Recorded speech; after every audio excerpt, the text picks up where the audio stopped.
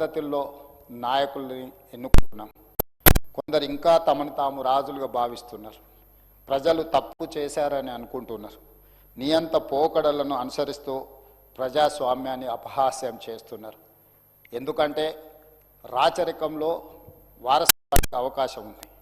తాతల నుంచి తండ్రులకు, తండ్రుల నుంచి కొడుకులకు, కొడుకుల నుంచి వాళ్ళ కొడుకులకు అధికారం వారసత్వంగా వచ్చేది మనం చరిత్రలో చూసినాం.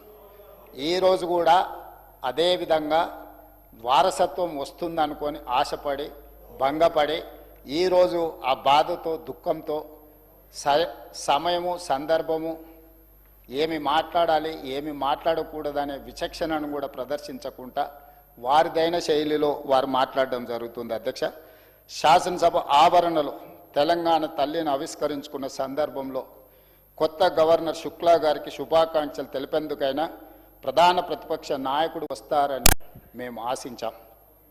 కానీ ఇంకా ప్రజలే తప్పు చేశారని అనుకుంటూ అహంకార ధోరణితో వ్యవహరిస్తున్నారు.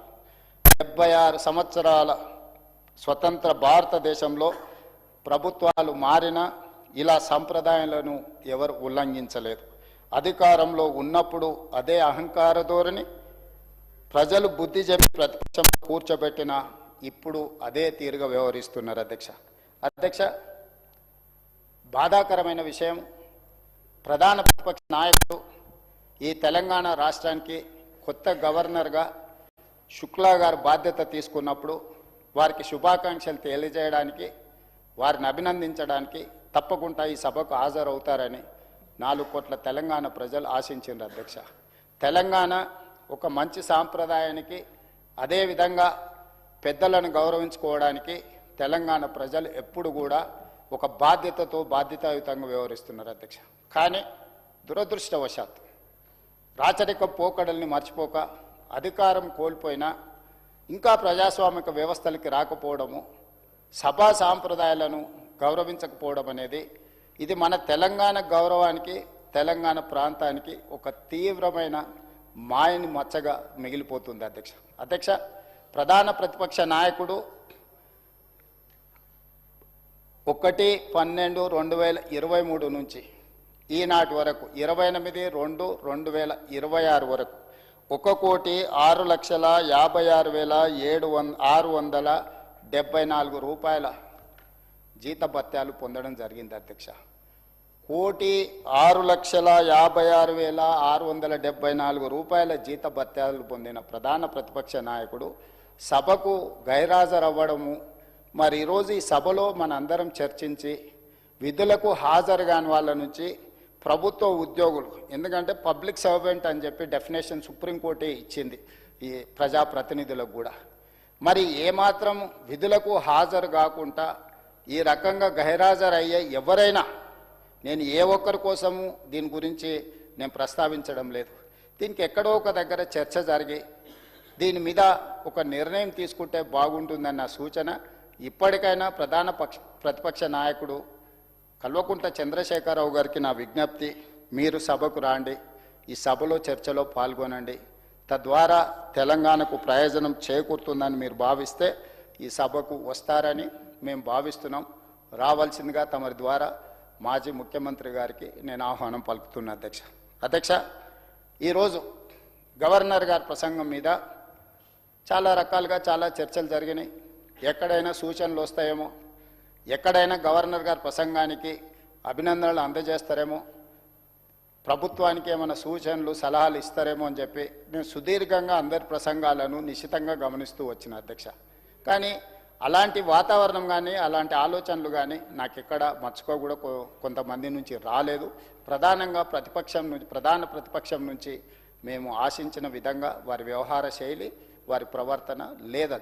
అధ్యక్ష, ఈరోజు నేను ఈ సభ ద్వారా గవర్నర్ గారు ఏదైతే వారి ప్రసంగం ద్వారా ఒక విజన్, ఒక పాలసీ డాక్యుమెంట్ను, ఒక ఫ్యూచర్ యాక్షన్ ప్లాన్ను ఈ సభ ద్వారా తెలంగాణ ప్రజలకు 4 కోట్ల తెలంగాణ ప్రయోజనం కోసం ఈరోజు వారు మనకు ఒక పాలసీ డాక్యుమెంట్ను సభ ముందుకు తీసుకురావడం జరిగింది. అధ్యక్ష, ఈ పాలసీ డాక్యుమెంట్ తయారు చేసే ముందు, మంత్రివర్గం ఆమోదించే ముందు, మంత్రివర్గం ఆమోదించిన ప్రసంగానికి గవర్నర్ గారు ఆమోదం తెలిపే ముందు చర్చలు జరిగినాయి. అధ్యక్ష, దీనికి ప్రధానమైన కారణము గత చరిత్రను అనుభవాలుగా మార్చుకుంటూ భవిష్యత్ ప్రణాళికలను మనం రచించుకోవాలని చెప్పి మంత్రివర్గ సహచరులు అదేవిధంగా గవర్నర్ గారితో చర్చించి ఈ ప్రసంగాన్ని పొందుపరిచిన అధ్యక్ష. ప్రతి అక్షరం వెనకాల, ప్రతి అంకె వెనకాల ఒక విశ్లేషణ, దానికి సంబంధించిన ఆధారాలను, చరిత్రను అంచనా వేసుకొని భవిష్యత్ ప్రణాళికలను మేము రచించుకోవడం జరిగింది అధ్యక్ష. ఈ సందర్భంగా నేను ప్రాతినిధ్యం పార్టీ ఈ దేశానికి అందించిన సేవల్ని, స్వతంత్రం వచ్చిన తర్వాత ఈ దేశంలో జరిగిన పరిణామాలను కూడా ఈ సభ ద్వారా, తమరి ద్వారా 4 కోట్ల తెలంగాణ ప్రజలతో నేను పంచుకోవాలని భావిస్తున్నాను అధ్యక్ష. దేశ ప్రజలు రాచరికంలో మగ్గుతున్నప్పుడు, ఆధిపత్యం చెలాయిస్తున్నప్పుడు, మిగతా భారతదేశంలో బ్రిటిషర్స్ అయినా, తెలంగాణ హైదరాబాదు రాష్ట్రంలో నిజాం నవాబులైనా ఇక్కడ రాచరిక వ్యవస్థ నడుపుతున్నప్పుడు ప్రజాస్వామ్యం ఉండాలి, ప్రజలు ఎన్నుకున్న ప్రభుత్వం ఉండాలని కాంగ్రెస్ పార్టీ చేసిన సుదీర్ఘమైన పోరాటం ఈ దేశానికి స్వతంత్రాన్ని అందించడం జరిగింది అధ్యక్ష.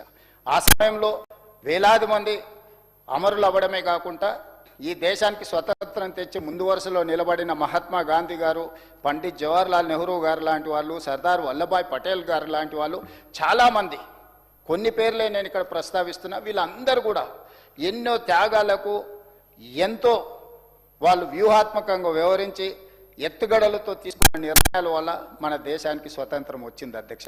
స్వతంత్రం వచ్చినప్పుడు బ్రిటిషర్స్ కూడా వీళ్ళు పరిపాలించుకోలేరు, వీళ్ళకు పరిపాలన చేత కాదు, వీళ్ళకు చదువు అక్షర జ్ఞానము లేదు, అదేవిధంగా కరువు కాటకాలతో వీళ్ళు చనిపోతారు అనే ఒక ఆలోచనతోని వారు మనకు స్వతంత్రం ఇచ్చింది అధ్యక్ష. మొట్టమొదటి ప్రధానమంత్రి పండిత్ జవహర్లాల్ నెహ్రూ గారు ఈ దేశ ప్రధానమంత్రిగా బాధ్యతలు చేపట్టినప్పుడు మత కల్లోలాలు పతాక స్థాయికి చేరుకున్నాయి అధ్యక్ష. ఒక రకంగా 524 సంస్థానాలు ఎవరి వాళ్ళు యమునా తీరే అన్నట్టుగా వ్యవహరించడం, ఎన్నో రకాల సమస్యల్ని, సంక్షోభాన్ని ఎదుర్కొనే సమయంలో ఈ భారతదేశానికి మొట్టమొదటి ప్రధానమంత్రిగా పండిత్ జవహర్లాల్ నెహ్రూ గారు బాధ్యత చేపట్టారు. వారు వారసత్వంగా ఈ దేశ ప్రధానమంత్రి కాలేదు అధ్యక్ష. దేశ స్వతంత్రం కోసం పోరాటం చేసి 10 సంవత్సరాలు జైల్లో శిక్షను అనుభవించి ఈ దేశ ప్రజల కోసం సర్వం త్యాగం చేసి వాళ్ళ తండ్రి మోతీలాల్ నెహ్రూ గారు వజ్రాల వ్యాపారం చేస్తూ వేలాది కోట్ల రూపాయలను సంపాదించిన